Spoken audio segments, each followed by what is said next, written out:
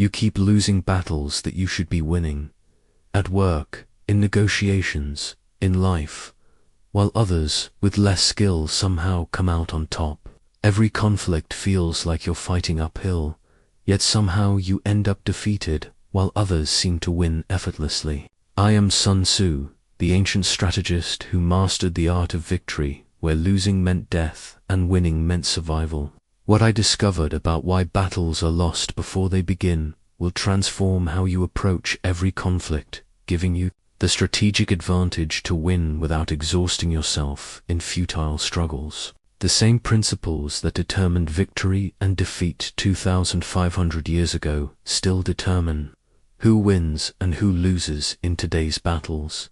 Whether you're fighting for a promotion, negotiating a deal, or standing up for what matters. But first, like this video, subscribe for more ancient wisdom, and comment below where you're watching from. I want to know which corner of the world is ready to stop losing and start winning.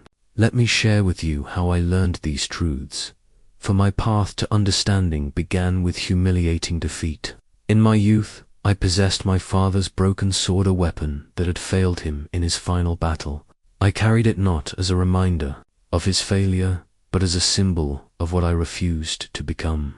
Yet in my arrogance, I made the same mistakes he did. My first real conflict came when I was barely 20. Serving as a junior officer under a general who believed that courage and righteousness would always triumph.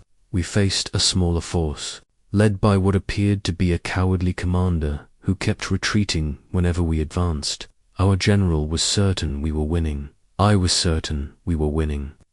We pursued them deeper into unfamiliar territory, our confidence growing with each mile. Then the trap closed. What we thought was cowardice was calculation. What we mistook for retreat was maneuvering. We found ourselves surrounded in a valley with no water, our supply lines cut, facing an enemy that had chosen the time, place, and conditions of our final confrontation. Half our force surrendered before the first arrow was fired. The other half, including myself, learned what it meant to be completely outmaneuvered by a superior strategic mind. I was captured, humiliated, and forced to watch as a smaller, supposedly weaker enemy demonstrated the difference between fighting and winning. Their commander, a man whose name I never learned, spared my life but not my pride. He looked at me with something that wasn't quite pity and said words that changed everything. "Young man, you fight like you're trying to prove something. Warriors who need to prove themselves have already lost." Those words haunted me during my captivity. I realized I had been fighting to feel powerful rather than fighting to achieve objectives. I had been fighting to prove I was brave rather than fighting to win. Most devastatingly, I had been fighting the battle I wanted to fight rather than the battle that was actually happening.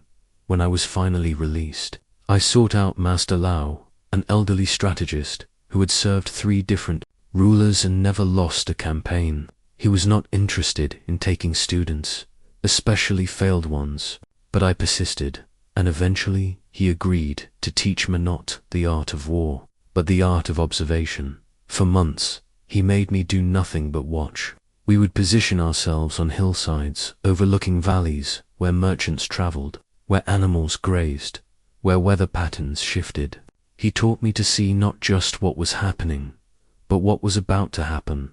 Not just what people were doing, but why they were doing it. Not just the obvious moves, but the invisible preparations that preceded them. Most people, he told me, see only the present moment of conflict.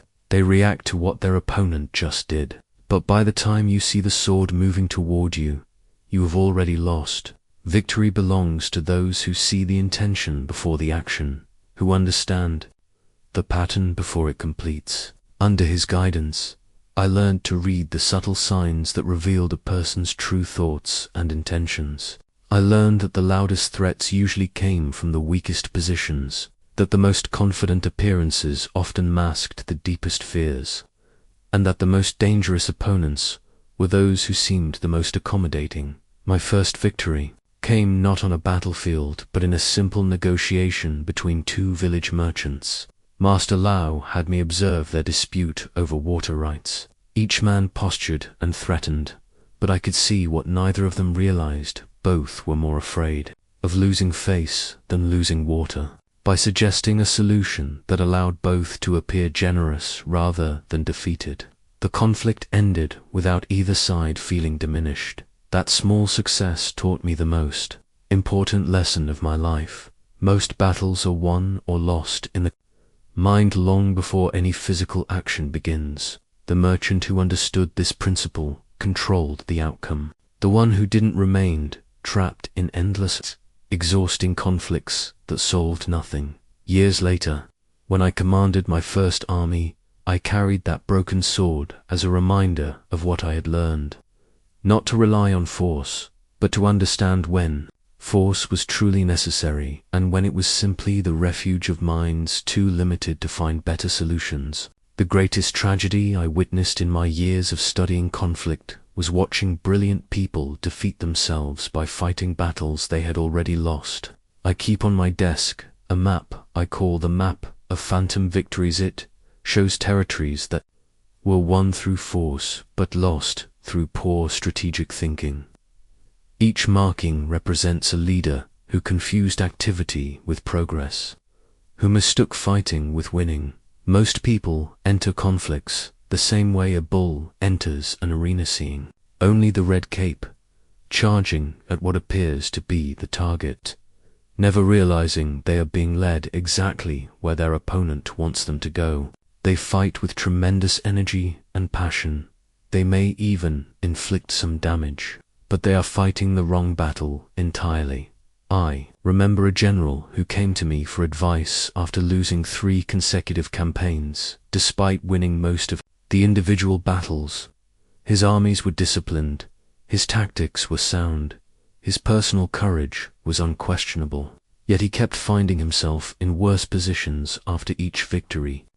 When the first studied his campaigns, the problem became clear: he was fighting where his enemies wanted him to fight, when they wanted him to fight, for objectives that served their purposes rather than his own. This general had fallen into what I call the trap of reactive warfare. His opponents would threaten a village, and he would rush to defend it. They would attack his supply lines, and he would divert forces to protect them. They would challenge his honor, and he would accept their challenges.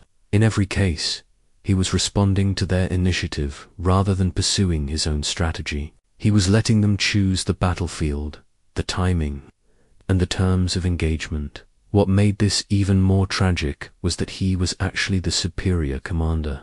His forces were better trained, his resources were greater, his strategic position was stronger.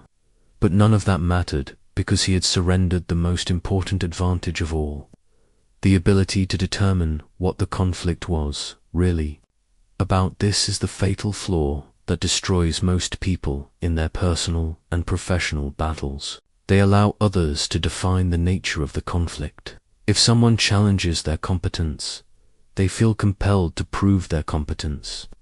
If someone questions their authority, they feel they must demonstrate their authority. If someone attacks their reputation, they believe they must defend their reputation. In every case, they are fighting on terrain chosen by their opponent, using weapons selected by their opponent, for objectives that serve their opponent's purposes. I learned this lesson painfully during my early career when a rival officer began spreading rumors about my loyalty to our ruler.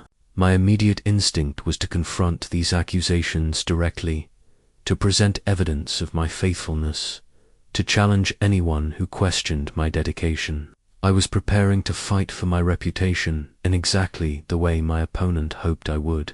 Fortunately, Master Lao intervened.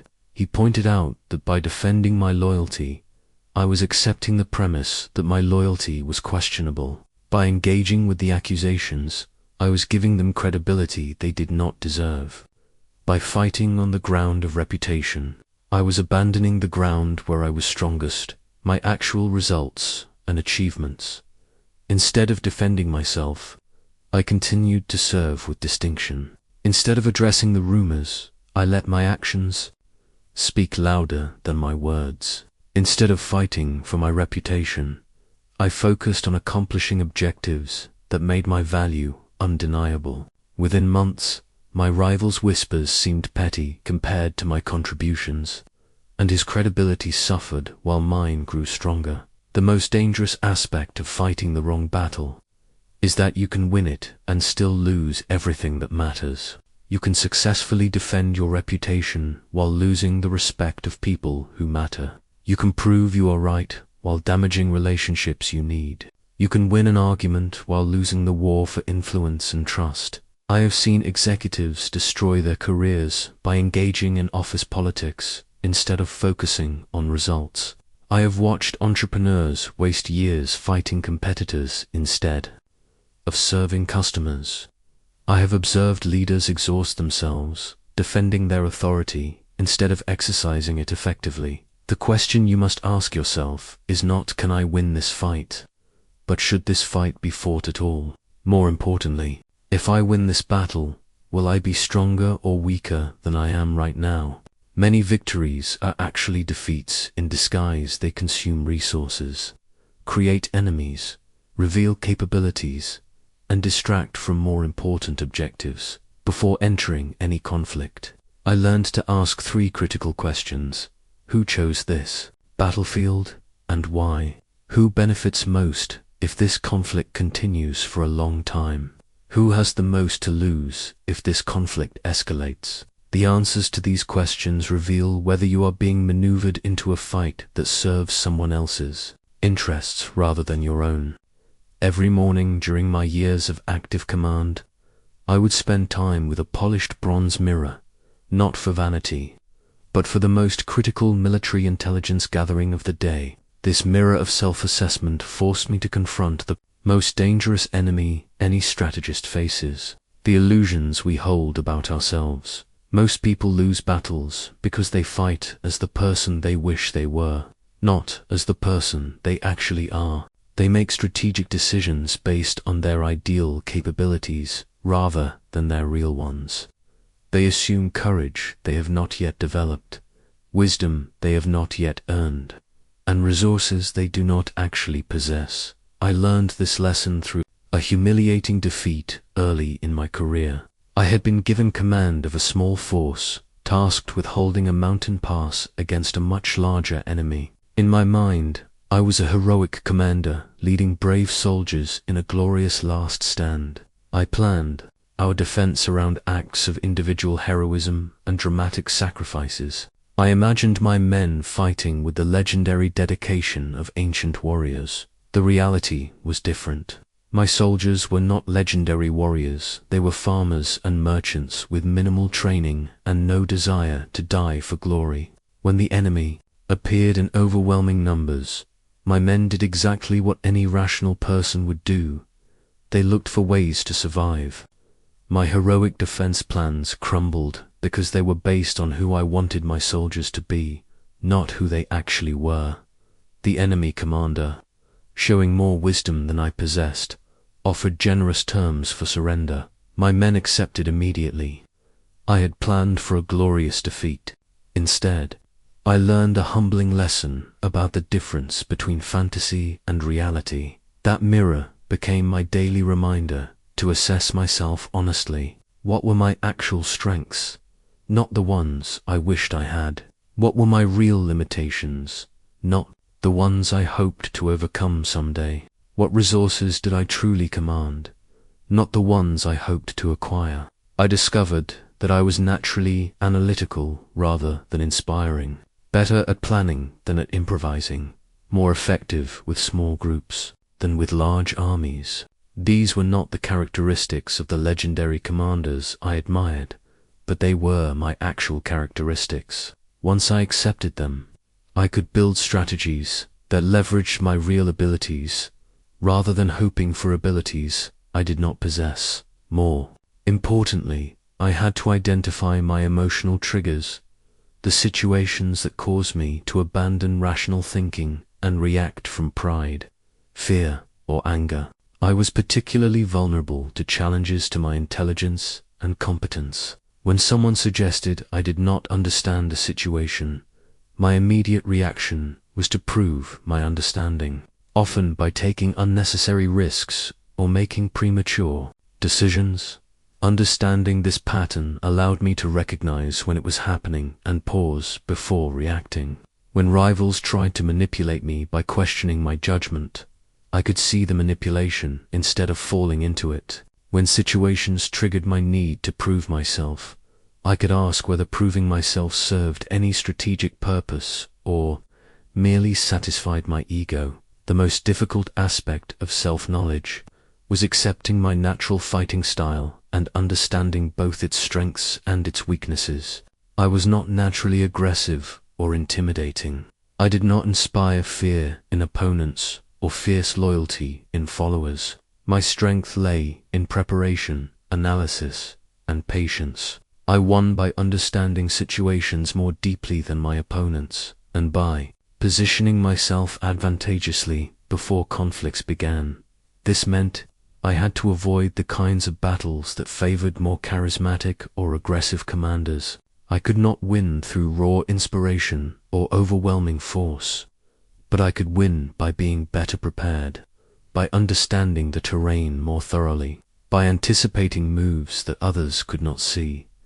I remember a campaign where I faced a commander known for his ability to inspire troops to extraordinary efforts. In direct confrontation, his men would fight harder than mine, but I knew that inspiration has limits. It cannot overcome impossible logistics or terrible positioning. Instead of meeting his strength with my weakness, I maneuvered the campaign into a situation where his inspirational abilities were irrelevant and my analytical advantages were decisive. The key insight was this: every strength becomes a weakness when applied in the wrong situation, and every weakness can become a strength when understood and positioned correctly. My analytical nature was a liability in situations requiring quick, intuitive decisions, but it was a tremendous asset in complex situations where patience and thorough understanding created opportunities that others missed. Self-knowledge also meant understanding my motivations honestly. Was I fighting because the objective was important, or because my pride was involved? Was I pursuing a particular strategy because it served my goals, or because it allowed me to demonstrate capabilities I was proud of? Was I avoiding certain approaches because they were ineffective, or because they required me to acknowledge limitations I did not want to face? The mirror never lied, but it required the courage to see what it revealed. Among my most treasured possessions is a captured enemy banner that taught me more about human nature than a dozen victories. This war standard belonged to a commander I initially underestimated completely, and it now serves as a reminder that the most dangerous mistake in any conflict is fighting the opponent you imagine, rather than the opponent who actually stands before you. Most people create elaborate fantasies about their opponents based on limited information, personal prejudices, and wishful thinking. They see enemies as more evil or more stupid than they actually are. They assume opponents share their own values, motivations, and ways of thinking. They prepare for the battle they expect, rather than studying the battle their opponent is actually planning. I learnt this through what should have been a simple campaign against a warlord who controlled a strategically important valley. According to our intelligence, he was a brutal tyrant who ruled through fear and maintained power through cruelty. His forces were described as bandits and thugs with no real military discipline. The local population supposedly despised him and would welcome liberation. Based on this assessment, I planned a conventional military campaign, focused on defeating his forces in direct battle and then establishing civil order among a grateful population. I expected resistance from his soldiers, but cooperation from everyone else. I prepared for a short, decisive conflict against an unpopular dictator. The reality was far more complex. When we entered the valley, we found that while this commander was indeed harsh, He had also brought order to a region that had been plagued by chaos for decades. His bandits and thugs were actually experienced soldiers who fought with discipline and intelligence. Most importantly, the local population saw him not as a tyrant to be overthrown, but as a protector to be defended. My opponent understood something I had failed to grasp. The people of this valley valued security more than freedom, order more than justice. He had built his power not just on fear, but on genuine appreciation for the stability he provided. When we arrived as liberators, we were seen as invaders, threatening the peace they had finally achieved. Even more significantly, I had completely misread my opponent's strategic thinking. He was not the simple brute I had imagined, but a sophisticated leader who understood both military tactics and political realities. He did not plan to meet my forces in direct battle. He planned to make our occupation so costly and difficult that we would eventually withdraw. While I was preparing for the war I wanted to fight, he was preparing for the war that would actually unfold. He had studied my previous campaigns, understood my preferred methods, and designed his resistance specifically to neutralize my advantages while exploiting my weaknesses. The banner I captured came from a skirmish that perfectly illustrated how wrong I had been about him. His forces appeared to retreat in disorder, leaving behind equipment and supplies that included this ceremonial standard. I initially saw this as evidence of their poor morale and lack of organization. Only later did I realize that the retreat was carefully planned. The abandoned supplies were positioned to slow our pursuit, and the banner itself contained detailed intelligence about our forces gathered during the engagement. This commander had allowed me to capture his standard because he learned more from what we did with it than we learned from taking it. He discovered how we processed intelligence, how we treated captured materials, how our command structure functioned under pressure. Meanwhile, I was congratulating myself on a minor tactical success while he gathered information for his larger strategic plan thought through painful experience. I learned that understanding an opponent requires answering three fundamental questions. What do they actually want? Not what they claim to want. What are they actually capable of? Not what they appear capable of. How do they actually think?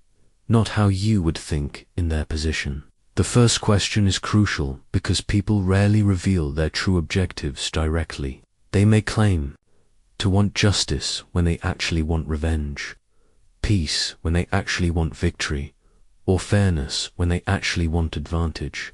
Understanding someone's real motivation allows you to predict their behavior and sometimes to offer them what they actually want in ways that serve your purposes as well. The second question prevents you from either overestimating or underestimating your opposition. Overestimation leads to excessive caution and missed opportunities. Underestimation leads to inadequate preparation and devastating surprises. Both mistakes come from seeing what you expect to see rather than what actually exists. The third question may be the most important. People from different backgrounds, cultures, and experiences approach problems differently. What seems logical to you may seem foolish to them, and vice versa. What you consider honorable, they may consider naive. What you view as pragmatic, they may see as dishonorable. Understanding their mental framework allows you to anticipate their moves and avoid strategies that depend on them thinking like you do. I eventually learned to approach every opponent with genuine curiosity rather than predetermined assumptions. What shaped their worldview? What experiences taught them their current approach to conflict? What do they believe they cannot afford to lose? What would they consider an acceptable outcome that allows them to maintain their dignity and essential interests? This understanding often revealed solutions that pure opposition could not achieve. In my private collection, I keep a set of false battle plans that won me one of my most decisive victories without a single casualty on either side. These deliberately misleading documents teach a principle that many find uncomfortable, but that reality makes unavoidable. in any serious conflict. Controlling what your opponent believes about you is often more important than your actual capabilities. When I say that all warfare is based on deception, I do not mean trickery for its own sake or dishonesty as a character trait. I mean the strategic management of information to create advantages that would not otherwise exist. Your opponent will make decisions based on what they believe to be true about your situation, your intentions, and your capabilities. If you can influence those beliefs, you can often control their decisions. The victory I achieved with those false plans illustrates this principle perfectly. I was facing a commander whose forces significantly outnumbered mine, whose position was stronger, and whose supply lines were more secure. In direct confrontation, I would almost certainly lose. But I had one advantage he did not expect. I understood his thinking better than he understood mine. Through careful observation of his previous campaigns, I learned that this commander was extremely cautious about protecting his flanks and rear, areas he had suffered early defeats by being too aggressive, and he had learned perhaps too well to avoid risks. His strength had become his weakness, his caution made him predictable. I created a set of battle plans that showed my forces preparing for a complex flanking maneuver that would threaten his supply lines. These plans included detailed timing, troop movements, and logistics arrangements. They appeared authentic because they were professionally prepared and internally consistent. Most importantly, they were exactly the kind of plan that his experience told him to take seriously. I arranged for these documents to be captured during a minor skirmish, making it appear that they had been lost accidentally by one of my officers. The deception succeeded not because my opponent was gullible, but because the false information confirmed what his experience had taught him to fear. Based on these plans, he repositioned significant portions of his army to defend against the flanking attack I had no intention of making. This defensive repositioning weakened his main position and created exactly the opening I needed. When I attacked where he was now weakest, instead of where he expected me to strike, his forces were caught completely off balance. The battle ended when he realized what had happened. Rather than fight from a hopeless position, he requested a meeting. I had won not by defeating his army, but by defeating his expectations. He surrendered his position in exchange for safe passage for his forces, an outcome that served both our interests far better than a bloody battle would have. This experience taught me that deception in strategy is not about lying, but about creating impressions that serve your objectives. When you appear weak where you are strong, you invite attacks that you can easily repel. When you appear strong where you are weak, you discourage attacks that could succeed. When you seem to want something you do not actually care about, you can often trade it for something you do want. The key is understanding that people make decisions based on incomplete information, and they fill in the gaps with assumptions based on their own experience and expectations. If you can influence those assumptions, you can often guide their decisions without ever directly lying to them. I learned to appear uninterested in objectives I desperately wanted, forcing opponents to compete for things I cared little about while leaving my real goals undefended.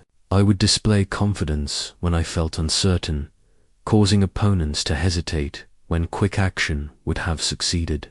I would reveal minor weaknesses to conceal major ones, allowing enemies to prepare for threats that did not exist while ignoring the dangers that did. But the most powerful deception was often the simplest, allowing people to underestimate me. When opponents believed I was less capable, less intelligent, or less determined than I actually was, they made careless mistakes they would never make against someone they respected as an equal. I remember negotiations where I deliberately appeared confused by technical details I understood perfectly, causing the other party to explain their position more thoroughly than they intended.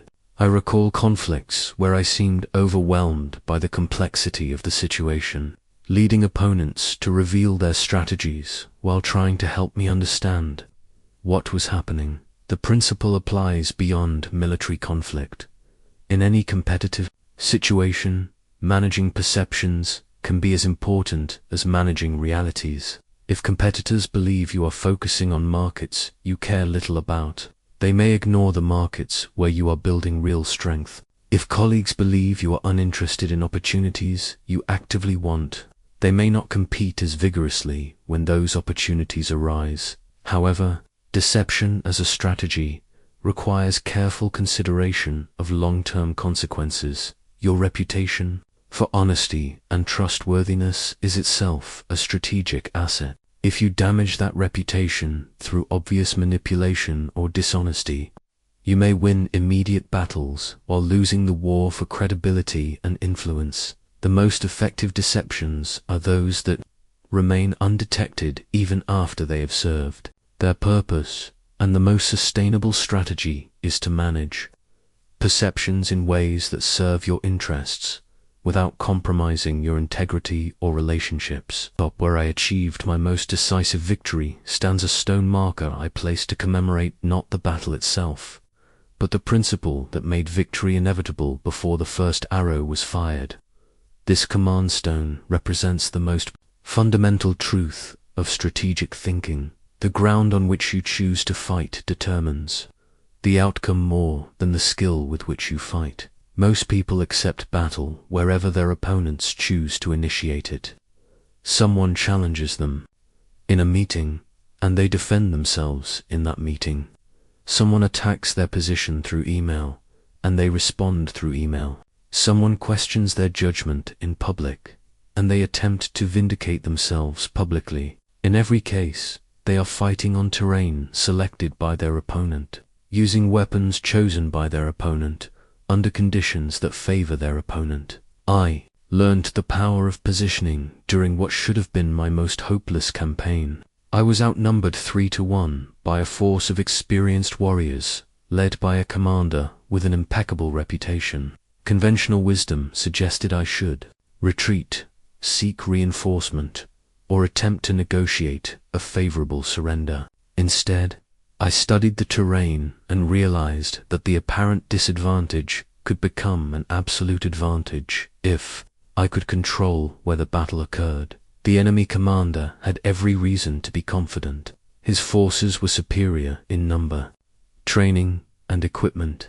His supply lines were secure, his intelligence was accurate, and his plan was sound. What he did not fully appreciate was how dramatically the landscape could alter those advantages. I withdrew to a position that appeared to be a desperate last-stander, hilltop with steep approaches and limited space for maneuvering large forces.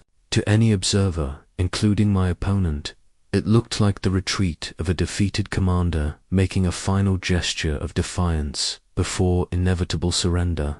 The enemy commander saw exactly what I wanted him to see, an opponent trapped in an indefensible position. But I had chosen this ground precisely because it neutralized his numerical advantage while maximizing the effectiveness of my smaller force. The steep approaches meant he could only attack with a fraction of his army at any given time. The limited space prevented him from using his superior cavalry effectively. The elevation gave my archers maximum range while limiting his. Most importantly, the psychological impact of fighting uphill while being attacked from above would gradually erode his soldiers' confidence while strengthening my own force's determination. The battle unfolded exactly as I had anticipated.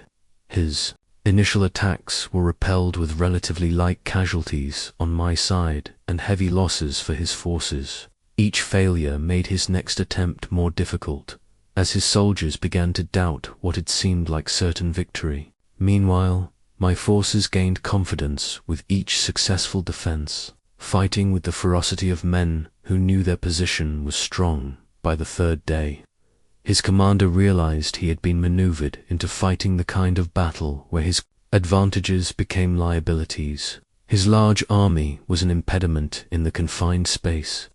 His cavalry was useless on the steep slopes. His superior equipment could not overcome the fundamental disadvantage of his position. Rather than continue a battle he could not win, he requested negotiations. The position I had chosen was so strong that he was willing to accept terms that would have been unthinkable when the campaign began. I had transformed apparent weakness into actual strength simply by choosing the right ground on which to make my stand. This victory taught me that positioning is not just about physical terrain, applies to every form of conflict. In negotiations, you choose your ground by selecting the issues to be discussed, the format for discussion, the timing of meetings, and the criteria for success. In workplace conflicts, you choose your ground by deciding which forums to use, which audiences to address, which metrics to emphasize, and which timeframes to focus on. The principle is always the same. Fight where your strengths are magnified and your opponent's advantages are minimized. If you are better with details than with broad concepts, maneuver discussions toward specific technical issues. If you are more effective in writing than in speaking, shift important conversations to written formats. If you have more stamina than immediate power, extend conflicts over time rather than seeking quick resolutions. I remember a later campaign where I faced an opponent whose forces were more mobile than mine. In open terrain, his cavalry would have been decisive. Instead of meeting him where he was strongest, I maneuvered the conflict into forested areas where mobility was irrelevant and careful positioning was everything. His advantage became meaningless, and my advantages became decisive. The same principle applies to modern conflicts. If someone is trying to pressure you into making immediate decisions, you gain advantage by slowing the process down and introducing more time for analysis. If someone is using emotional arguments to overwhelm logical analysis, you shift the ground to focus on facts and evidence. If someone is trying to make the conflict personal, you redirect attention to objectives and outcomes. But choosing your ground requires patience and strategic thinking. You must often appear to retreat or concede minor points in order to maneuver toward more favorable terrain. You must resist the immediate impulse to fight wherever you are challenged and instead consider where you would prefer the real battle to take place. The command stone reminds me that the strongest position is not always the most obvious one, and the most favorable ground is not always the terrain that appears most advantageous at first glance. The signal fire beacon that sits in my study once carried messages across vast distances faster than any messenger could travel, coordinating attacks with precision that made victory possible through timing alone. This simple device represents one of the most crucial and least understood aspects of strategy. The difference between acting at the right moment and acting at any other moment can determine whether identical efforts lead to triumph or disaster. Most people understand timing only in terms of personal readiness. They act when they feel prepared, confident, or motivated. But strategic timing is about understanding when external conditions create maximum opportunity for success and minimum resistance to your efforts. It requires reading not just your own situation, but the broader patterns of change and opportunity that surround every conflict. I learned this lesson during a campaign where patience almost destroyed me and decisive action ultimately saved everything. I was facing a coalition of 3 smaller forces that had united against what they saw as a common threat. Individually, I could defeat any of them easily. Together, they presented a formidable challenge that required careful handling. My initial instinct was to attack immediately before they could fully coordinate their efforts. This seemed logical to divide them before they could unite effectively, but something in their behavior suggested they were not as unified as they appeared. I noticed tensions in their communications, delays in their joint planning, disagreements about strategy and objectives. Instead of attacking, I waited and watched. For weeks, I maintained a defensive posture while gathering intelligence about the dynamics within their alliance. My own advisors grew increasingly nervous. warning that delay would only allow our enemies to strengthen their position and coordination. But I could see what they could not. The alliance was inherently unstable. Each member had joined for different reasons and had different ideas about what victory should look like. More importantly, they had different levels of commitment and different tolerance for casualties and extended conflict. The signal fires allowed me to monitor their movements and communications across the region. Through this network, I observed growing friction between the coalition leaders. One wanted to attack aggressively. Another preferred defensive strategies. The third was already looking for ways to negotiate a favorable exit from the conflict. I waited until their internal disagreements reached a critical point, then struck with perfect timing. My attack came not when I was strongest or when they were weakest, but when their internal tensions made coordinated resistance impossible. The coalition collapsed not because of the strength of my assault, but because the moment of my attack made their underlying divisions impossible to ignore or overcome. Two of the three forces immediately began negotiating separate agreements with me, each hoping to gain advantage over their former allies. The third found itself fighting alone against forces it had never intended to face without support. What could have been a difficult campaign against a united enemy became a series of simple negotiations with desperate former allies. This experience taught me that timing is often more important than strength, preparation, or even strategic positioning. The same action that fails completely at one moment can succeed brilliantly at another, not because anything about the action has changed, but because the context has shifted to make success possible. I began to study the natural rhythms and cycles that affect all human conflicts. Organizations have periods of strength and periods of vulnerability based on leadership changes, financial pressures, competitive challenges, and internal dynamics. Individuals have moments when they are confident and secure, and other moments when they are uncertain and open to influence or change. Learning to read these patterns requires patience and careful observation. You must resist the urge to act simply because you are ready, and instead wait for the moment when conditions align to make your action most effective. This often means accepting short-term frustration in exchange for long-term advantage. I remember a diplomatic situation where I could have pressed for immediate concessions from a weakened opponent, but I recognized that his weakness was temporary. He would soon be in a stronger position due to changes in his circumstances. Rather than accept small gains immediately, I waited until his temporary weakness became permanent vulnerability, then negotiated a much more favorable long-term agreement. The principle applies to every form of strategic action. There are times when markets are receptive to new ideas and times when they resist change. There are moments when people are open to feedback and moments when criticism will only create defensiveness.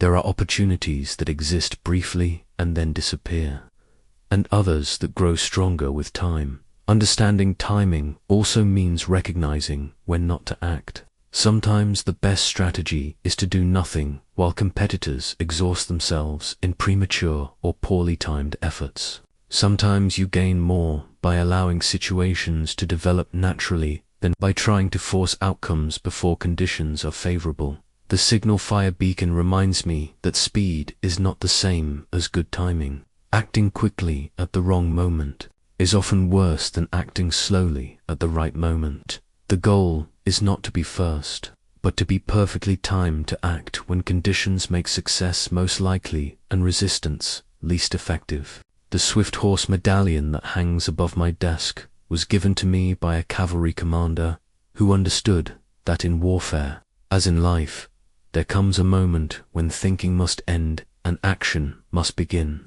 This bronze token represents a principle that seems to contradict everything I have taught about patience and timing. Once the moment for action arrives, hesitation becomes the enemy of success. The commander who gave me this medallion had saved my life through pure speed of execution during a battle where my careful planning had created the perfect opportunity, but only decisive action could seize it. I had positioned my forces expertly, chosen the timing perfectly, and created conditions where victory was possible. But possibility is not the same as reality. Between opportunity and achievement lies the crucial moment of execution. The enemy had been maneuvered exactly where I wanted them, weakened precisely as I had planned, and distracted by the deceptions I had carefully orchestrated. Everything was aligned for a decisive strike that would end the campaign with minimal casualties on either side. But the window of opportunity was narrow, measured in minutes rather than hours. This was the moment when my analytical nature became a liability. Faced with the need for immediate action, I found myself reviewing the plan one more time, double-checking the positioning, confirming the timing, ensuring that every detail was perfect. My habitual caution, which had served me so well in preparation, was now preventing me from acting when action was required. The cavalry commander saw what I could not. That perfect preparation means nothing if you cannot execute when the moment demands it, without waiting for my explicit order. He launched his horsemen in the attack that my planning had made possible, but my hesitation was preventing. His swift action turned strategic possibility into tactical reality. The attack succeeded brilliantly, achieving everything my plan had intended. But it succeeded because this commander understood that there are moments when the risk of acting is smaller than the risk of waiting. When conditions align perfectly for your objectives, delay allows those conditions to change in ways that work against you. This experience taught me that strategic thinking must include the capacity for decisive action. All the analysis, preparation, and positioning in the world becomes worthless if you cannot act when the moment arrives. The greatest strategic failures often come not from poor planning, but from failure to execute good plans when execution is possible.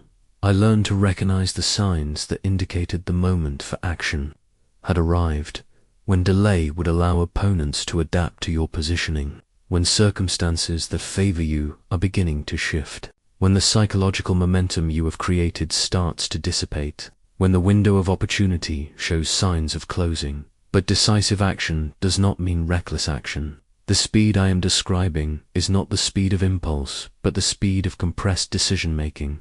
It means being able to process essential information quickly, make decisions with incomplete data, and commit to action despite uncertainty about outcomes. I developed techniques for rapid decision-making that allowed me to maintain strategic thinking even under time pressure. I learned to identify the minimum information needed for action, to distinguish between decisions that could be reversed and those that could not, and to recognize when perfectionism was preventing necessary action. During a later campaign, I faced a situation where intelligence reports indicated that my opponent was planning to retreat during the night, abandoning a position I had spent weeks maneuvering him toward. I had perhaps 2 hours to decide whether to attack immediately or allow him to escape and begin the strategic process again. My instinct was to gather more intelligence, confirm the reports, and develop a detailed plan for the attack. But the cavalry commander's lesson echoed in my mind. Sometimes the cost of certainty is the loss of opportunity. I ordered an immediate assault based on incomplete information and limited planning. The attack succeeded because speed compensated for lack of detailed preparation. My opponent had indeed begun his retreat preparations, leaving his forces vulnerable to exactly the kind of rapid strike I launched. If I had waited for complete information and perfect planning, he would have escaped to fight another day under more favorable conditions. This taught me that momentum in conflict is often more valuable than perfection in planning. When you have created conditions that favor you, rapid exploitation of those conditions can be more effective than perfect exploitation that comes too late. The principle applies beyond military action. In negotiations, there are moments when an offer must be accepted immediately or the opportunity disappears. In competitive situations, Delays that seem prudent can allow competitors to catch up or circumstances to change. In personal conflicts, the moment when someone is ready to listen or change may pass, if not seized immediately. But learning to act decisively when necessary requires distinguishing between situations that demand immediate action and those that benefit from deliberation. The swift horse medallion reminds me that courage sometimes means acting despite uncertainty, but wisdom means knowing when such courage is required. The commander's seal that once represented my authority taught me the hardest lesson of leadership, that symbols of power mean nothing until you earn the trust and commitment of those who must follow you into difficulty. This jade seal could command obedience, but it could not command loyalty, dedication, or the willingness to sacrifice that turns ordinary people into extraordinary forces. I learned this distinction during my first major independent command, when I was given authority over forces that had previously served under 3 different commanders. Each group had developed its own methods, its own loyalties, and its own ideas about how battles should be fought. On paper, I commanded a unified army. In reality, I led a collection of separate units that happened to share the same enemy. My initial approach was to impose uniformity through authority. I issued clear orders, established standard procedures, and demanded compliance with my strategic vision. The seal gave me the power to punish disobedience and reward compliance. I believed that clear hierarchy and strict discipline would create the unity I needed. What I created instead was resentment, confusion, and the kind of minimal compliance that satisfies the letter of orders while ignoring their spirit. My subordinates did exactly what I commanded, no more and no less. They followed my directions without understanding my intentions, executed my tactics without grasping my strategy, and obeyed my orders without sharing my commitment to victory. The result was an army that functioned adequately under routine conditions, but fell apart when circumstances required initiative, adaptation, or extraordinary effort. When my carefully planned battle encountered unexpected resistance, my forces responded with mechanical obedience rather than intelligent flexibility. When the situation demanded creative solutions, they waited for explicit orders rather than applying the principles I thought I had taught them. I realized that I had confused compliance with commitment, obedience with unity, and hierarchy with leadership. The seal represented my authority to command, but authority alone could not create the shared purpose and mutual trust that effective action requires. I began studying commanders who had succeeded in unifying diverse forces, and I discovered that true unity comes not from imposed uniformity, but from shared understanding of objectives and methods. People fight most effectively when they understand not just what they are supposed to do, but why they are doing it and how their individual efforts contribute to collective success. I started spending time with individual unit commanders, learning about their experience, their concerns, and their ideas about how our campaign should be conducted. Instead of simply issuing orders, I explained the reasoning behind my decisions and asked for their input on implementation. Instead of demanding that they abandon their proven methods, I looked for ways to incorporate their strengths into my overall strategy. This process revealed that my subordinates had valuable insights I had been ignoring. Some had experience with terrain I had never encountered. Others understood enemy tactics I had not faced. Still others had developed innovative approaches to problems I was solving in conventional ways. By incorporating their knowledge and experience, my strategy became stronger and more realistic. More importantly, by involving them in strategic thinking, I transformed them from passive executors of my plans into active contributors to our shared success. They began to understand not just their specific roles, but how those roles fit into the larger pattern of campaign objectives. This understanding allowed them to adapt intelligently when circumstances changed, to take initiative when opportunities arose, and to support each other when difficulties developed. The transformation became evident during a battle where my initial plan proved inadequate for the conditions we encountered. Instead of waiting for new orders or following inappropriate directions, my subordinate commanders adapted their tactics while maintaining strategic coherence. They supported each other's improvisations, covered each other's mistakes, and coordinated their efforts toward objectives they all understood and shared. We achieved victory not because everyone followed my commands perfectly, but because everyone understood our goals clearly enough to pursue them effectively even when my specific instructions proved insufficient.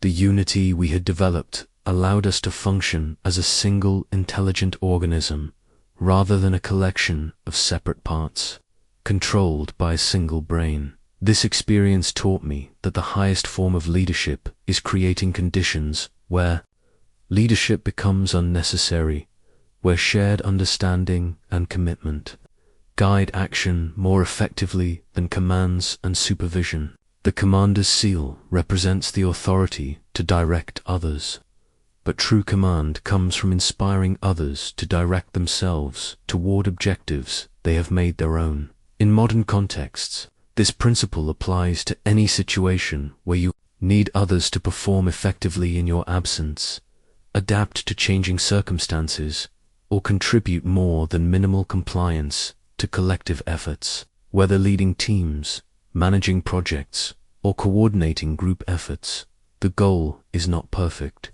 obedience, but intelligent commitment to shared purposes. The preserved battle standard in my collection represents the most important victory. I never fought a conflict I avoided through strategic withdrawal that ultimately led to a far greater success than any battle could have achieved. This faded silk banner teaches a principle that goes against every instinct of pride and courage. Sometimes the greatest victory comes from refusing to fight when everyone expects you to stand and battle. Most people view retreat as failure, surrender, or cowardice. They believe that backing down from confrontation damages their reputation and weakens their position.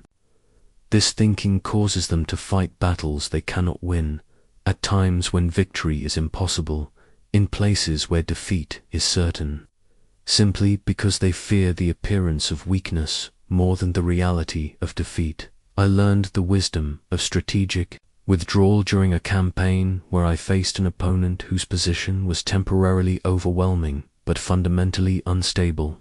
His forces outnumbered mine significantly, his strategic position was superior, and his immediate resources were greater. In direct confrontation, I would almost certainly lose. But I could see what he apparently could not. His apparent strength was unsustainable. His large army required enormous supplies that strained his logistics network. His advanced position left his supply lines vulnerable and overextended.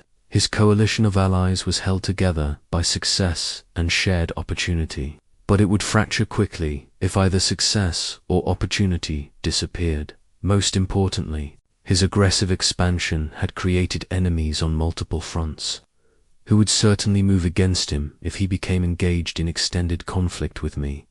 Instead of meeting his challenge directly, I withdrew to a position that was strategically defensible but appeared to be a retreat driven by fear. This accomplished several objectives simultaneously. It preserved my forces for more favorable future conditions. It encouraged my opponent to overextend himself further, and it created the impression that I was weak and demoralized. My opponent interpreted my withdrawal exactly as I hoped he would, believing he had intimidated me into submission. He pressed his advantage by expanding his operations and increasing his commitments. He pursued objectives that dispersed his forces, extended his supply lines, and multiplied his obligations.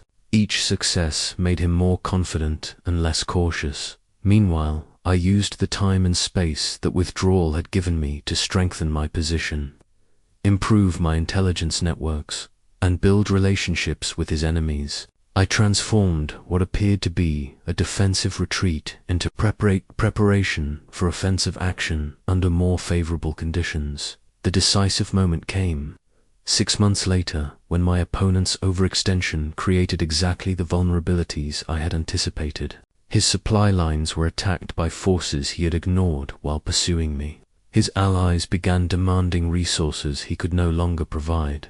His expanded commitments required him to divide his attention and scatter his forces. When I finally moved against him, it was not in the desperate battle he had expected months earlier, but in a carefully planned campaign against an enemy who was now weak where he had once been strong.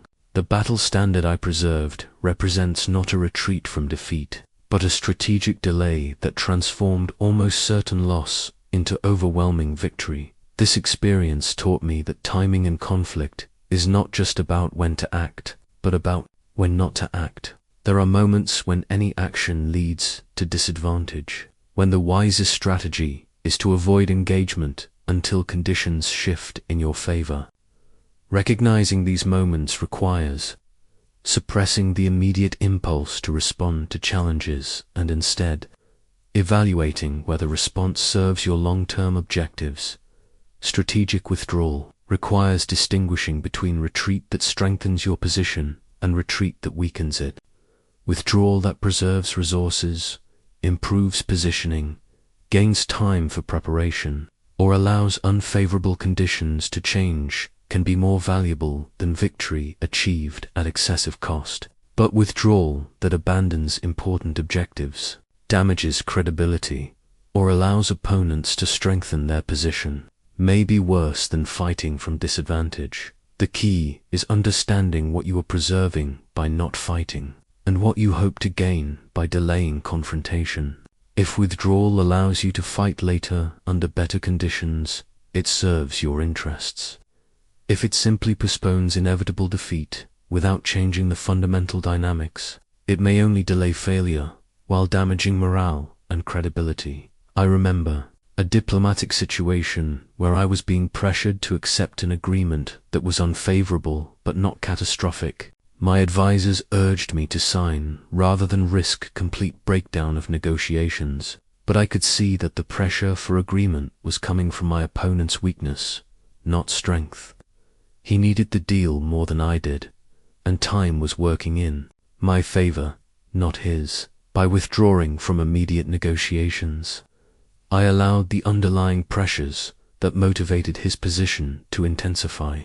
When we resumed talks months later, his situation had deteriorated enough that he accepted terms far more favorable to me than anything I could have achieved through immediate agreement or prolonged argument. The preserved battle standard reminds me that courage sometimes means fighting when others expect you to retreat, but wisdom sometimes means retreating when others expect you to fight. The jade pendant I wear was a gift from a local chieftain whose knowledge of his own territory saved my entire army from what would have been a catastrophic mistake.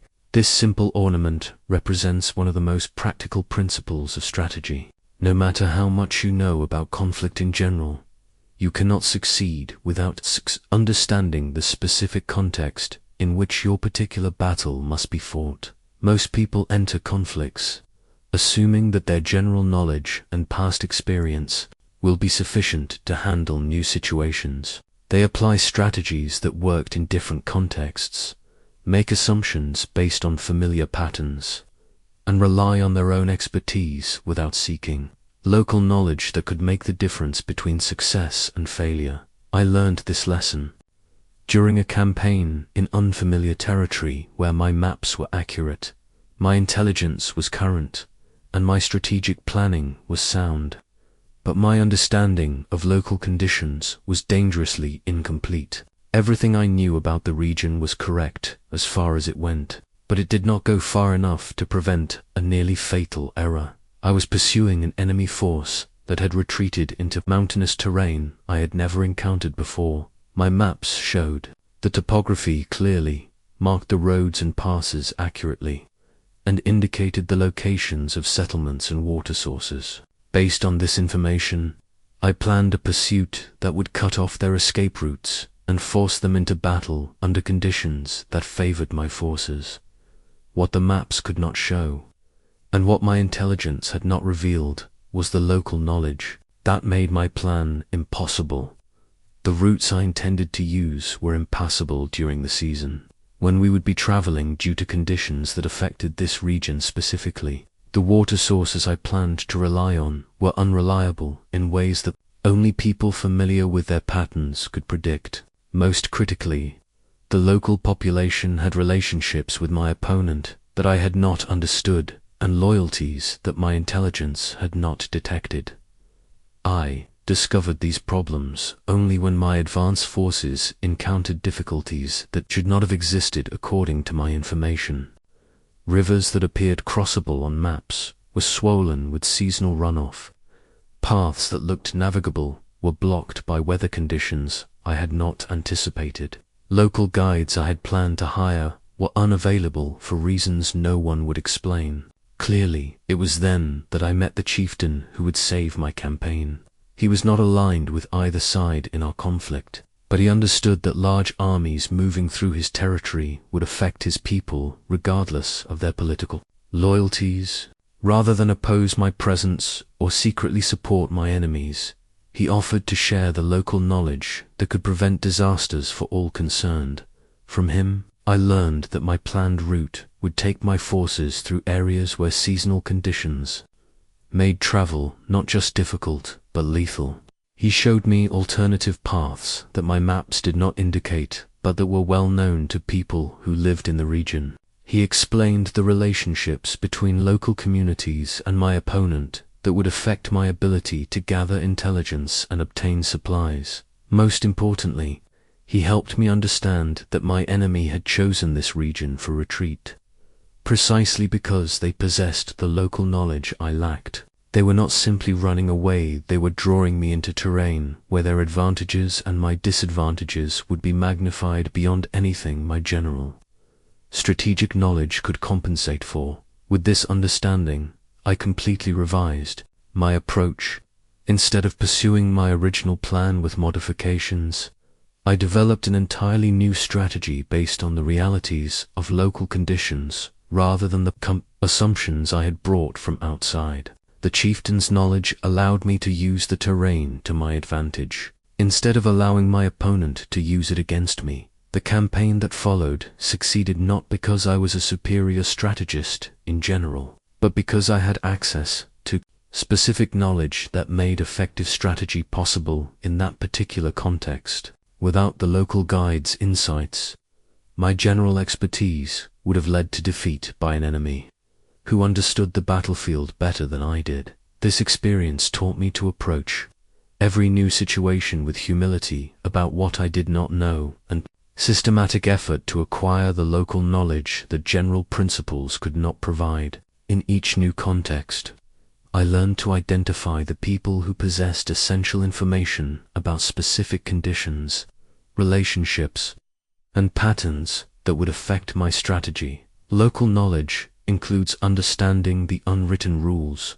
the informal power structures, the historical relationships, and the cultural assumptions that shape how people think and act in specific environments. It means learning about seasonal patterns, resource availability, communication networks, and alliance structures that may not be obvious to outsiders, but that fundamentally determine what strategies will work and which will fail. The principle, it applies to any situation where you are operating outside your familiar environment. In new organizations, you need local guides who understand the culture, politics, and informal systems that really determine how decisions are made. In unfamiliar markets, you need people who understand customer behavior, competitive dynamics, and regulatory realities that may be invisible to outsiders. The jade pendant reminds me that expertise in strategy is valuable, but knowledge of local conditions is essential. The broken war chart on my wall shows battle plans that had to be completely abandoned when reality proved different from expectations. This damaged document represents one of the most difficult lessons in strategy, the ability to change course. dramatically when circumstances demand it, even when you have invested tremendous effort in your original approach, and even when changing direction feels like admitting failure. Most people become emotionally attached to their plans and strategies, especially when those plans are well researched, carefully developed, and logically sound. They interpret unexpected resistance as temporary obstacles to be overcome rather than signals that fundamental assumptions may be wrong. They escalate commitment to failing approaches rather than question whether their approach fits the actual situation they face. I learned the necessity of radical adaptation during a campaign, where my initial strategy was not just ineffective, but actively counterproductive. I had spent months developing a sophisticated plan based on accurate intelligence about enemy strengths, weaknesses, and probable responses. My approach was methodical, well-reasoned, and supported by precedent from similar situations I had faced. Successfully, the strategy began to fail almost immediately, but not in ways that suggested minor adjustments would suffice. Every move I made seemed to strengthen my opponent's position rather than weakening it. Every pressure I applied generated unexpected resistance that made my situation worse rather than better. Every tactical success seemed to contribute to strategic failure in ways I had not anticipated. My first instinct was to attribute these problems to execution rather than conception. I assumed that better implementation of the same basic approach would eventually produce the results I expected. I made incremental adjustments, increased the intensity of my efforts, and persisted with tactics that had worked in other contexts, but were clearly failing in this one. The breakthrough came when I realized that my opponent was not responding to my strategy in the ways my experience had taught me to expect. Instead of being weakened by the pressures I was applying, he was using them to strengthen his position in ways I had not considered possible. My attacks were providing him with opportunities to demonstrate capabilities I had underestimated and to build support I had assumed he could not obtain. I faced a choice that every strategist eventually encounters: continue with a plan that made sense theoretically but was failing practically, or abandon months of preparation to pursue an approach that had no precedent in my experience but might fit the actual conditions I was facing. The decision to change course completely was one of the most difficult of my career. It meant acknowledging that my careful analysis had been fundamentally flawed, that my expertise had led me in the wrong direction, and that I would have to start over with an approach I had never tried before. It felt like professional suicide to abandon a well-developed strategy for an improvised alternative, but I had learned enough about the difference between theoretical soundness and practical effectiveness to recognize when adaptation was necessary, regardless of its psychological cost. I discarded my original plan entirely and developed a new approach based on what I had observed about my opponent's actual behavior rather than what I had predicted his behavior would be. The new strategy succeeded precisely because it was based on reality rather than expectation. Instead of trying to force my opponent to respond as I thought he should, I adapted my approach to work with the responses he was actually making. Instead of fighting against his strengths, I found ways to make his strengths irrelevant or even disadvantageous. This experience taught me that adaptability is not just about making adjustments within your existing framework. Sometimes it requires abandoning your framework entirely and constructing a new one based on what you have learned about the actual situation you face. This kind of radical adaptation requires intellectual humility, emotional flexibility, and the courage to start over when starting over is the only path to success. The key to effective adaptation is distinguishing between problems that indicate the need for better execution and problems that indicate the need for different strategy. If your approach is sound but your implementation is flawed, persistence and adjustment make sense. But if your fundamental assumptions about the situation are wrong, no amount of improved execution will produce success.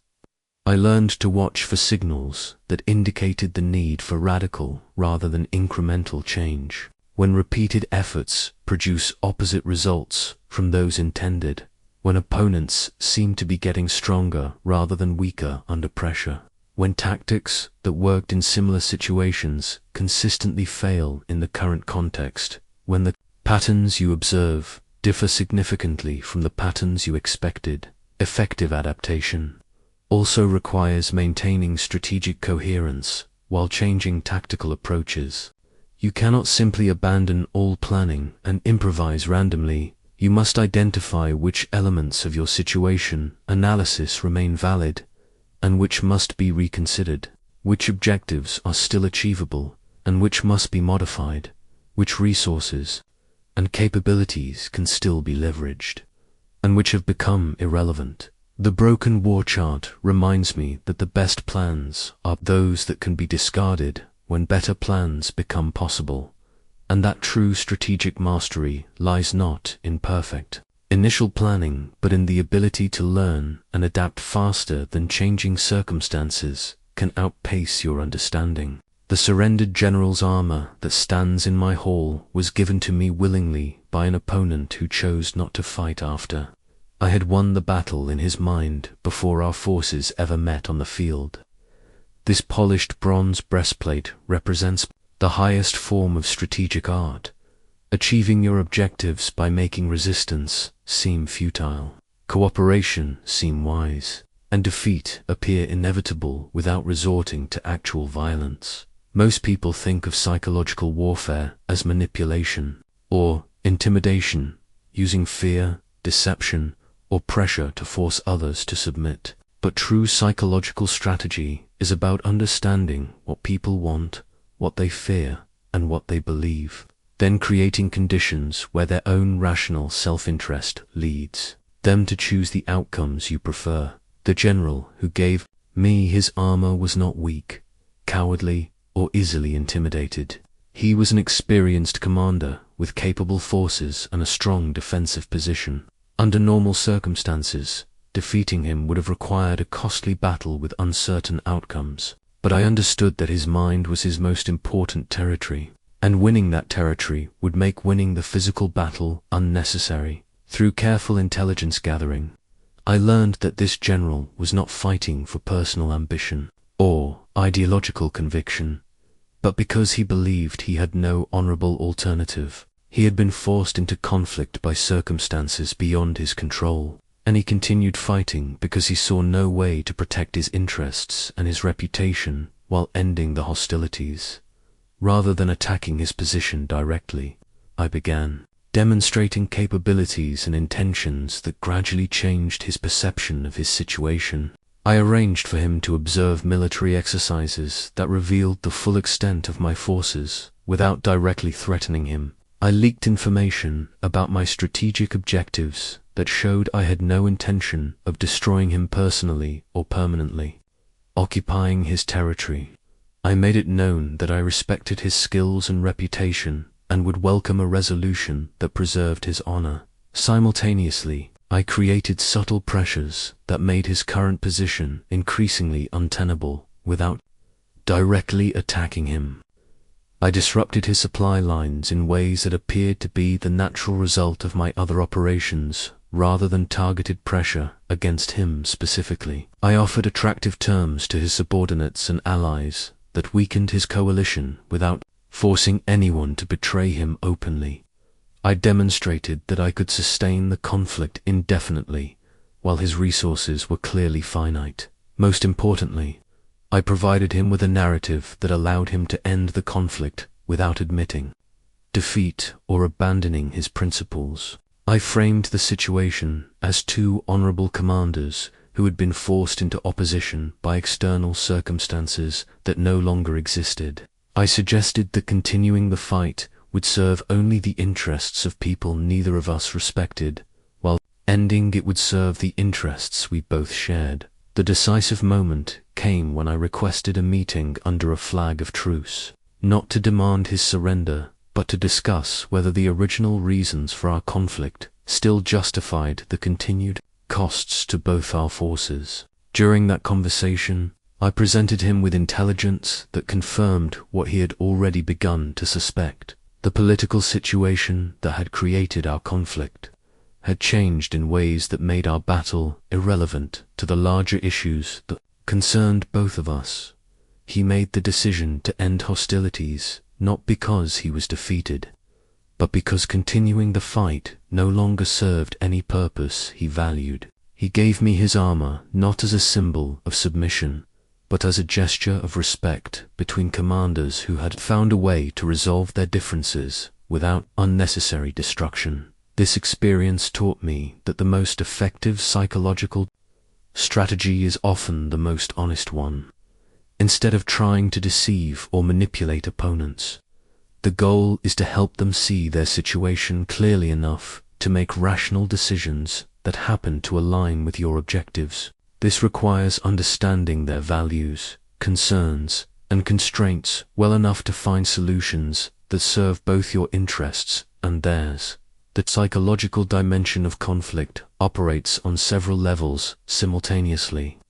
People fight not just for practical objectives, but for emotional satisfaction, social recognition, and personal identity. They continue fighting not just because they believe they can win, but because they fear the consequences of losing, or because they cannot imagine acceptable alternatives to victory. Effective psychological strategy addresses all these dimensions. It demonstrates that resistance is impractical, but it also provides face-saving alternatives to submission. It shows that your objectives are achievable, but it also suggests that achieving them does not require destroying your opponent. It proves your strength, but it also indicates your willingness to use that strength judiciously rather than vengefully. The key insight is that most people prefer cooperative solutions to adversarial ones, but they need evidence that cooperation will serve their interests better than continued conflict. If you can provide that evidence convincingly while demonstrating that continued resistance serves their interests poorly, you can often achieve victory through voluntary compliance rather than forced submission. The surrendered general's armor reminds me that the supreme excellence is indeed to subdue the enemy without fighting. But this requires winning the battle for hearts and minds with the same intelligence and preparation that others apply to winning battles of force and strategy. The empty granary record on my desk documents one of my most important victories, a campaign where we achieved complete success while consuming fewer resources than we had budgeted for routine operations. This simple inventory sheet represents a principle that separates true strategic mastery from mere tactical competence. The ability to achieve maximum results with minimum expenditure of resources, time, and energy. Most people measure success by the effort they invest rather than the results they achieve. They believe that harder work, longer hours, more resources, and greater sacrifice naturally lead to better outcomes. This thinking causes them to pursue expensive victories that weaken them for future challenges, and to overlook efficient solutions that could achieve the same objectives at a fraction of the cost. I learnt the value of economy of force during a campaign where resource constraints forced me to abandon conventional approaches and find innovative solutions that proved far more effective than the traditional methods I had originally planned to use. We were operating in territory where supply lines were unreliable, local resources were scarce, and reinforcements were unavailable. My initial reaction was to view these limitations as obstacles to be overcome through greater effort and more careful planning. I assumed that success would require finding ways to transport more supplies, secure additional resources, and compensate for our disadvantages through superior organization and discipline. But as I studied the situation more carefully, I realized that these constraints were forcing me to question assumptions I had never examined. Did we actually need all the resources that conventional doctrines suggested? Were there ways to achieve our objectives that required fewer supplies, fewer personnel, and less complex logistics? Could resource limitations become strategic advantages if approached correctly. I began experimenting with approaches that used our constraints as features rather than bugs. Instead of trying to match our opponent's resource-intensive methods, I looked for ways to make resources irrelevant to the outcome. Instead of competing where resource advantages mattered most, I maneuvered conflicts toward areas where skill, timing, and intelligence mattered more than material superiority. The breakthrough came when I realized that our opponent was actually weaker than he appeared because his resource-intensive approach made him dependent on supply lines, support systems, and logistics networks that were vulnerable to disruption. His apparent strength was also his fundamental weakness. He could not operate effectively without enormous ongoing resource commitments. By focusing on disrupting his resource flows rather than matching his resource expenditures, we achieved strategic effects far beyond what our limited resources should have made possible. Small, precisely targeted actions that cost us very little had cascading effects that undermined his entire operational capability. Meanwhile, we developed methods of operation that were resource-efficient by design. Instead of overwhelming opponents with superior force, we maneuvered them into positions where small amounts of precisely applied pressure achieved decisive results. Instead of engaging in resource-intensive direct confrontations, we created conditions where opponents defeated themselves through their own results-intensive responses to our minimal provocations. The campaign succeeded not just in achieving our immediate objectives, but in establishing methods that made future operations more efficient and effective. We had learned to think systematically about resource efficiency, to design strategies around constraint optimization, and to find leverage points where small investments produced large returns. This experience taught me that economy of force is not about being cheap or minimalist, it is about being precise and efficient. The goal is not to use fewer resources regardless of results, but to achieve better results by using resources more intelligently. This often means investing more effort in planning and analysis in order to reduce the effort required for execution. Economy of force also means understanding the difference between activities that consume resources and activities that multiply the effectiveness of resources. Spending time on intelligence gathering may seem like a diversion from direct action, but it often reduces the total resources required for success by preventing costly mistakes and revealing efficient approaches that would not be obvious without careful analysis. The principle applies to personal and professional conflicts as well as military ones. Instead of trying to outwork competitors, look for ways to make hard work irrelevant through better positioning, superior information, or more efficient methods. Instead of escalating conflicts through greater effort and intensity, look for leverage points where small changes in approach produce large changes in results. I learned to ask different questions about resource allocation. What is the minimum viable effort required to achieve our essential objectives? Where can small improvements in efficiency produce large improvements in results? What are we doing from habit rather than necessity? How can we redesign our approach to achieve the same outcomes with less complexity, less risk, and fewer resources? The empty granary record reminds me that true strategic brilliance often lies not in having unlimited resources, but in making limited resources achieve unlimited objectives through intelligence, efficiency, and precise application of effort where it matters most. The spy's coded message that I keep locked in my private chest contains intelligence that changed the entire course of a campaign and saved thousands of lives by preventing a battle that would have been catastrophic for both sides. This small piece of silk with its cryptic markings represents what may be the most important principle in all of strategy. The quality of your decisions can never exceed the quality of the information on which they are based.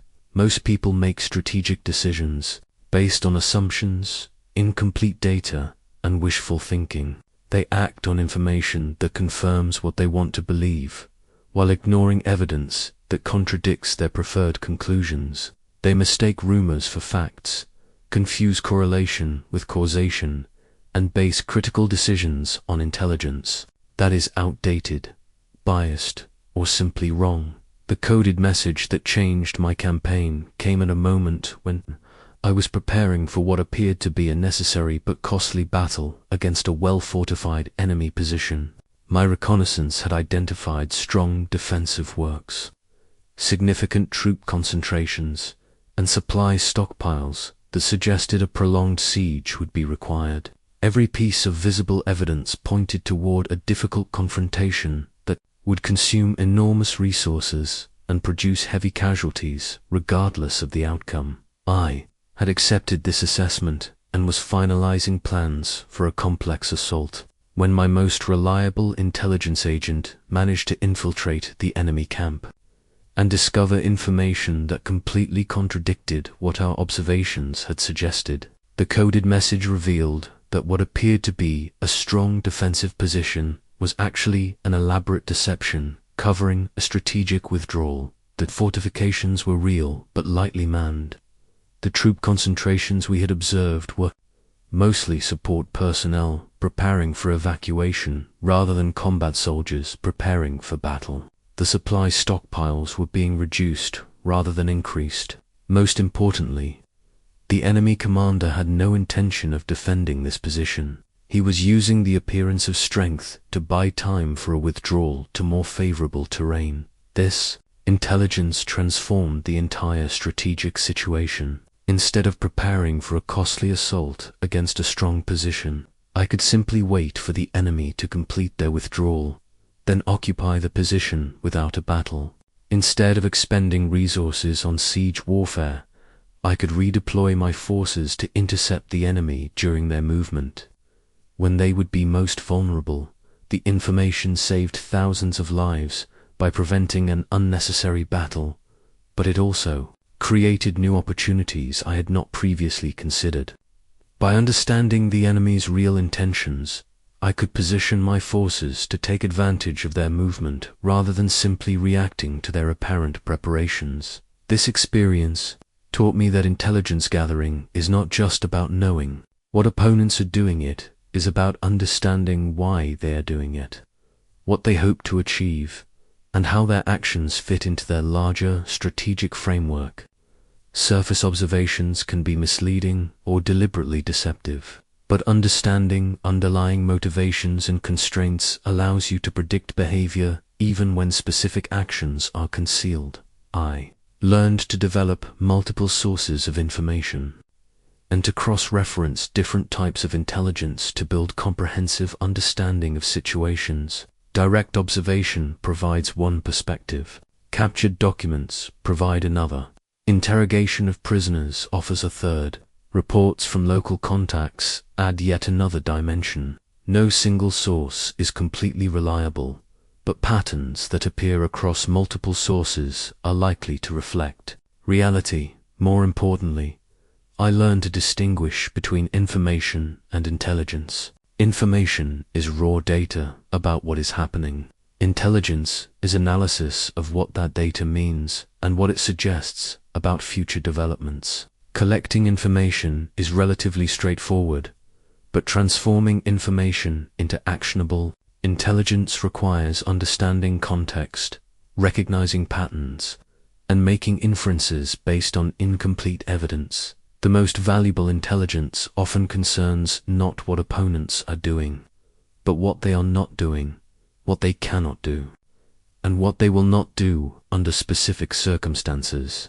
Understanding limitations and constraints can be more useful than understanding capabilities and intentions, because limitations are harder to conceal and more reliable as predictors of behavior. I developed networks of observers, informants, and analysts who could provide different perspectives on the same situations. Some focused on military capabilities and movements. Others monitored political dynamics and decision-making processes. Still, others tracked economic factors that influenced strategic options. The goal was not just to know what was happening, but to understand the forces that were shaping what would happen next. But intelligence gathering also taught me about the importance of information security.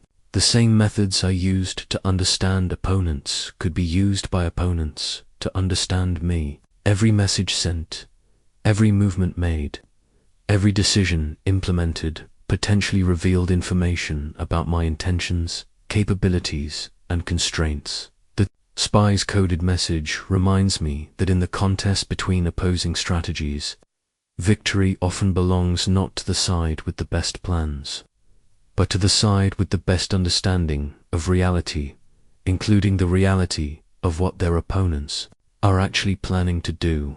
The treaty scroll that hangs in my study represents my greatest strategic achievement, agreement that ended a potentially devastating conflict before it began, creating benefits for all parties that no military victory could have produced.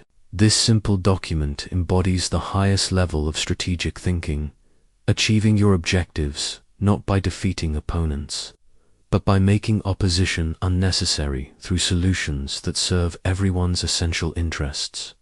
The supreme excellence of strategy is to subdue the enemy without fighting, but this principle is often misunderstood as avoiding conflict through weakness or appeasement. True mastery lies in creating conditions where rational opponents choose cooperation over confrontation, because cooperation serves their interests better than victory achieved through battle. The conflict that produced this treaty began as a dispute over territorial boundaries between three regional powers, each with legitimate claims and strong reasons to fight. Traditional approaches would have led to a series of wars that would have weakened all participants while resolving nothing permanently.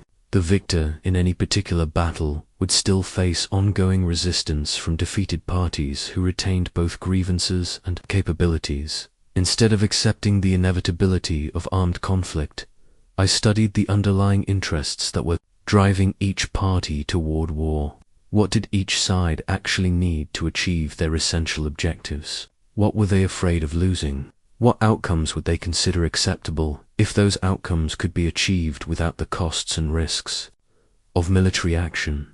I discovered that while the three powers had incompatible positions regarding territory, they had compatible interests regarding security, trade, and regional stability. Each wanted to protect their core territories, ensure access to important resources, and prevent their rivals from gaining decisive advantages. None actually wanted to fight costly wars that would drain their resources and create lasting enmities. The breakthrough came when I realized that the territorial dispute was really a security problem in disguise.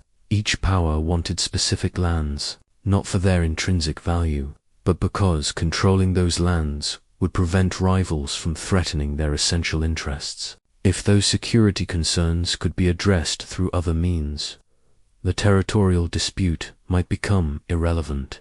I proposed a different framework entirely. Instead of dividing disputed territories among the three powers, why not create buffer zones that served everyone's security interests while belonging to none of them exclusively? Instead of competing for control over strategic resources, why not develop agreements for shared access that gave everyone what they needed, while requiring none of them to fight for it? The treaty that resulted established neutral zones in contested areas, created shared governance structures for important resources, and included mutual security guarantees that made aggressive action by any parties. Each power achieved their essential security objectives without having to deny similar security to their rivals. More importantly, the agreement created positive incentives for cooperation that made future conflicts less likely. The buffer zones became sites of joint development projects that benefited all parties. The shared resource management systems created economic interdependencies that made war economically irrational. The security guarantees established communication mechanisms that allowed disputes to be resolved before they escalated to violence. This experience taught me that the highest form of strategic art is not winning conflicts, but preventing conflicts while still achieving your objectives. This requires understanding the difference between positions and interests, between what people say they want and what they actually need, between temporary advantages and sustainable solutions. The key insight is that most conflicts arise from perceived incompatibilities that are not actually fundamental. People often fight over solutions, rather than examining whether different solutions might serve the same underlying needs. They assume that their security requires other people's insecurity, that their success requires other people's failure, that their interests are inherently opposed to other people's interests. But when you analyze situations carefully, you often discover that apparent opponents have more shared interests than conflicting ones. They may want different specific outcomes, but they usually want similar types of outcomes: security, prosperity, recognition, autonomy, and dignity. If you can find ways to provide these things to all parties, opposition often dissolves into cooperation. The supreme excellence requires patient analysis, creative problem solving, and the ability to see beyond conventional win-lose frameworks. It means looking for solutions that expand the total value available rather than fighting over how to divide limited value. It means understanding that the best victories are often those where everyone feels they have won something important, but achieving win-win outcomes is often more difficult than achieving win-lose outcomes, because it requires deeper understanding of complex situations and more sophisticated strategies that address multiple sets of concerns simultaneously. It is easier to defeat an enemy than to transform an enemy into an ally, but allies are more valuable than defeated enemies. The treaty scroll reminds me that true strategic mastery lies not in the ability to win wars, but in the ability to make wars unnecessary while still achieving everything that victory in war was supposed to provide. The student's worn copy of my teachings that sits beside my writing desk has been read so many times that some pages are barely legible. Yet it remains the most precious item in my collection. This weathered manuscript represents the true victory of any strategist: knowledge that outlives its creator, wisdom that adapts to new contexts while retaining its essential truth, principles that serve each generation's challenges while honoring timeless realities about human nature and conflict. Centuries have passed since I first developed these ideas, yet the fundamental patterns of human conflict remain unchanged.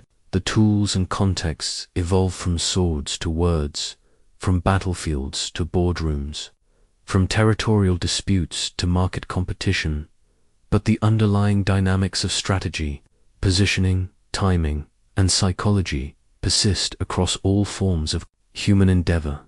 What I learned about knowing yourself applies as directly to modern professionals, assessing their strengths and limitations as it did to ancient commanders preparing for battle. The executive who understands their actual capabilities and works within them will consistently outperform the executive who bases decisions on wishful thinking about abilities they hope to develop someday. The principle of knowing your enemy remains equally relevant whether your opponent is a competing army or a competing company. Success requires understanding not just what your competitors are doing, but why they are doing it, what constraints shape their options, and how their decision-making processes actually work rather than how you assume they work. The art of positioning applies whether you are choosing physical terrain for military advantage or choosing market segments for competitive advantage. The goal is always the same: engage where your strengths are magnified and your opponent's advantages are neutralized, where the conditions favor your approach rather than theirs. Modern conflicts still reward those who understand timing: when to act quickly and when to wait patiently, when to press advantages and when to consolidate positions, when to engage directly and when to maneuver for better conditions. The executive who launches products at optimal market moments the negotiator who makes offers when opponents are most receptive, and the leader who implements changes when organizations are ready for them all, demonstrate the same strategic principle. I learned on ancient battlefields, the economy of force remains as valuable in resource-constrained organizations as it was in resource-constrained armies. The ability to achieve maximum results with minimum expenditure of time, energy, and capital distinguishes true strategic thinkers from those who simply work harder without working smarter. Intelligence gathering has become more sophisticated, but not less important. Whether you are monitoring competitor activities, tracking market trends, or understanding organizational dynamics, the quality of your strategic decisions still depends on the quality of information you can gather and analyze. The executive who makes decisions based on assumptions and incomplete data faces the same risks I faced when operating without adequate reconnaissance. Perhaps most importantly, the supreme excellence of achieving objectives without destructive conflict remains the highest form of strategic art. The negotiator who creates value for all parties, the leader who builds consensus around difficult changes, and the competitor who succeeds through innovation rather than destructive price wars, all demonstrate that winning without fighting is not just morally superior but strategically more effective. But applying these principles in modern contexts requires understanding both their timeless essence and their contemporary applications.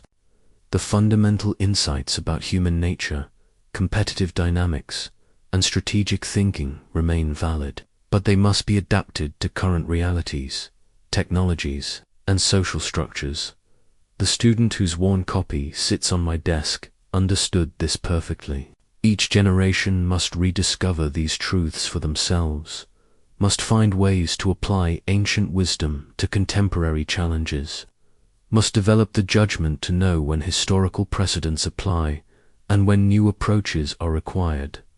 My final message to you is this: these principles are not historical curiosities, but practical tools for navigating the conflicts and competitions you face every day. Whether you are building a career, managing relationships, leading organizations, or pursuing personal goals, you are engaged in strategic activities that reward the same kinds of thinking that won ancient battles. Study your situation with the same care I devoted to understanding battlefields. Know yourself as honestly as I learned to know my capabilities and limitations. Understand your opponents and competitors as thoroughly as I studied enemy commanders. Choose your ground as carefully as I selected terrain for engagement.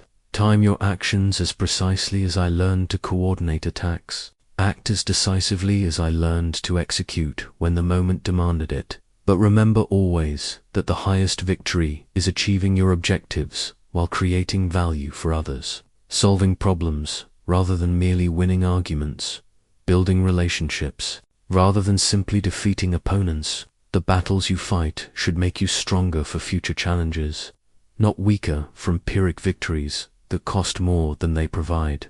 Carry forward these teachings not as rigid doctrine, but as flexible principles that can guide your thinking while adapting to your unique circumstances. The wisdom that has endured for 25 centuries will serve you well for the challenges you face, but only if you have the intelligence to apply it thoughtfully and the courage to act. When action is required, the worn pages of that student's copy remind me that knowledge becomes wisdom only through application, and wisdom becomes legacy only when it helps others achieve what they could not accomplish alone.